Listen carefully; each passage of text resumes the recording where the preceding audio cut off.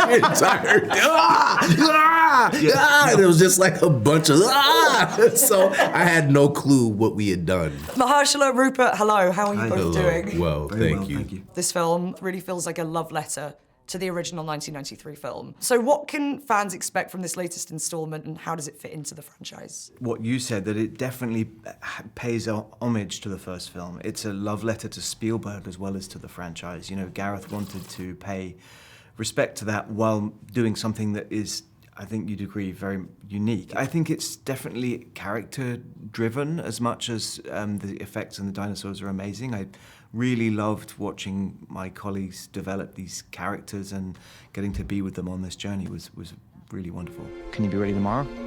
I can guarantee your safety. I mean, more or less. More or less? It really taps into that sort of Spielberg magic that I Yeah. think a lot of us can feel very nostalgic about. Yeah. And do you have memories of watching Jurassic Park for the first time? Absolutely, and that nostalgia, I think, is for a kind of storytelling that Spielberg exemplified, which was both cinematic but also truthful and grounded in very human moments. When you think about the first film, you think about, you know, the kids underneath the Jeep thing, you think about Laura Dern's head being turned to watch the beautiful thing, and and Ian Malcolm and his droplets of water and all that. It wasn't just, oh wow, they built a dinosaur. It was very grounded in human stories. Life finds a way. There are so many jump scare moments in this film. How did you manage to convey that when I imagine you're sometimes looking at not a real dinosaur, spoilers. Sometimes. Maybe like, is it like a man with like tennis balls or what's? A tennis ball. Yeah, we couldn't Usually, afford more than we one. couldn't afford- Tiny budget. Just One tennis A ball. stick and a tennis ball. Yeah.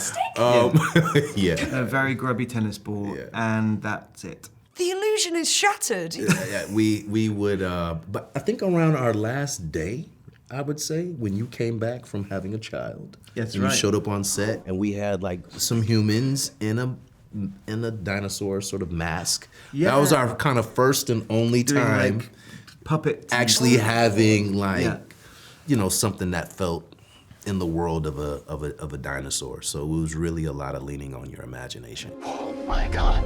For both of you, is it fair to say that this was quite a different process? Because I think both of you are used to working on very emotional, human-driven stories, and this is like on such a huge scale. I don't want to speak for you, but anything else Please. I've ever No, I'm with you. done. Like you said, I've never done anything on this scale, nor have... Mahershala made a really interesting point earlier that I'm not sure I've ever done anything where there's four of us in it, but we don't really ever work with Together. each other. Right, okay. We're together looking outwards all the time. We don't really have any... So it's this very, at times, very difficult but comforting feeling of an energetic alliance, but the thing that you all can see, we couldn't see. So that was, it's a funny challenge. So you've pretty much experienced it for the first time when you saw it. I haven't seen Absolutely. You haven't seen it yet? Absolutely. Not He yet. hasn't. Oh! I was seeing it at the premiere for the first time. It's interesting you say that because usually I can go home and sort of replay a scene a little bit in my head to kind of gauge how the work went that day. And I couldn't do that with this. Because the only thing I could recall was coming home having screamed. And it was just like a bunch of So I had no clue what we had done until actually having seen the film. I had a much clearer sense of what we had sort of accomplished. Do we have to get a sample from an egg? I suppose we could try and get it from the parent, but they're a flying carnivore the size of an F-16. You were out there shooting in Thailand. So much like Spielberg was shooting in the jungle in Hawaii for the first one, you really get that sense of like texture with the storytelling because it's a real place that you're filming in. Jonathan Bailey's mentioned like shooting out there in the elements, there were like snakes swimming past the crew in the water. I mean, were there any moments like that for you guys where the adrenaline was real? Yeah, I mean, all of it's real. I mean, apart from, unfortunately, the dinosaurs, but the jungle, the swamp, the mangroves, the cliffs, this field behind us. Falling in the mangroves. Falling the water. into the water. Yeah, that happened We all to had all of that us. happen except Scarlett. So you're constantly aware that this is a real environment and you are kind of trespassing in another creature's world, hopefully with respect. And we didn't, we had snake wranglers who would remove them. They were never killed. It was always like, you know, very sort of as humane as possible. But I had that sense a lot, that it was like the animals would be like, you're in my backyard. No one's dumb enough to go where we're going. I mean, Jurassic Park is possibly the most iconic score of all time.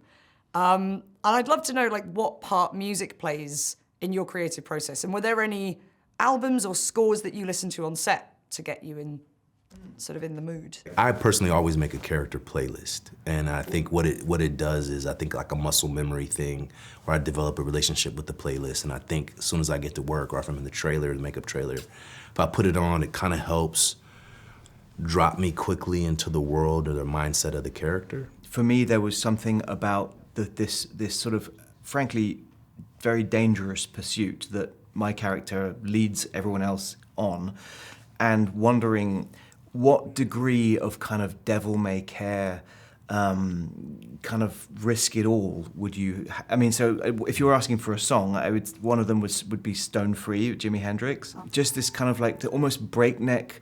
We're nearly there. We're nearly there. We're nearly there. We just do it. Just do it. Just do it. Because I just thought there's no way. Like, you know, Mahershala's character has emotional grounding in having a family that he's, you know, has a relationship with, and I felt like my character didn't have anything like that, and therefore could risk everything with impunity. There was no kind of love or child or partner or anything. So it was just this kind of like at all costs, for whatever the reason.